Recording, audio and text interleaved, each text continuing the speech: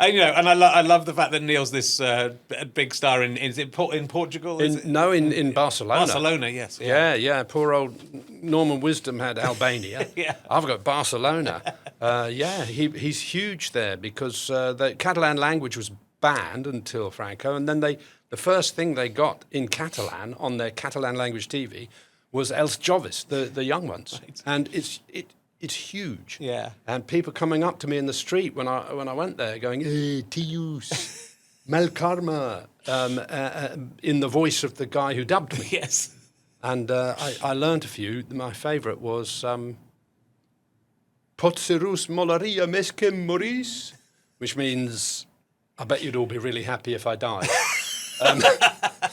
But it's really good there. I was doing a travel thing, and the guy, it's so popular. The guy introduced me on stage that we were doing a press thing for Els Joves. Yes. And he said, "Here's Nigel.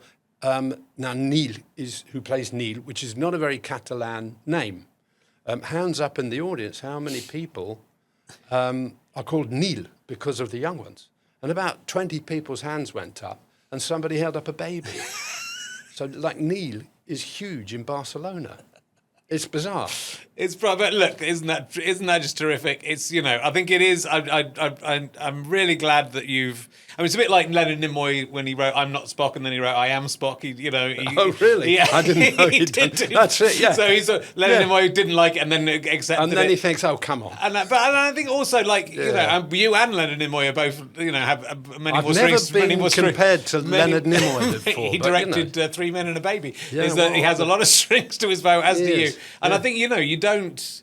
I think also, like as a comedian or an actor, you kind of think, God, if most actors would think, God, if I had a role that I did for 14 weeks that people still remembered 40 years later and loved it, you would go, that's what most people would want. That's what what I always, when people ask when I'm doing that tour with Henry, people say, "Oh, how does it feel? Are you happy about that it was this short period of work, but we're still remembering it now?" And I just say, well, Dad's Army that's like my favourite show of all time, really.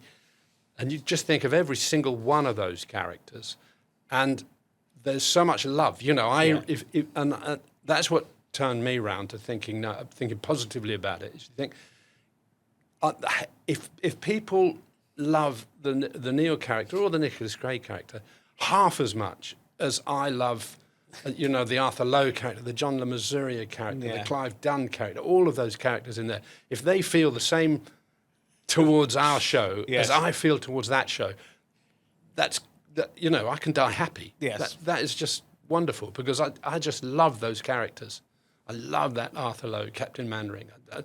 You're just hanging on everything. It's when you don't need necessarily jokes as a scriptwriter. You don't need jokes. You just need a look from a character to know, and you're laughing because it's the character, and you just know what they're thinking. And that, to me, there's nothing better than that.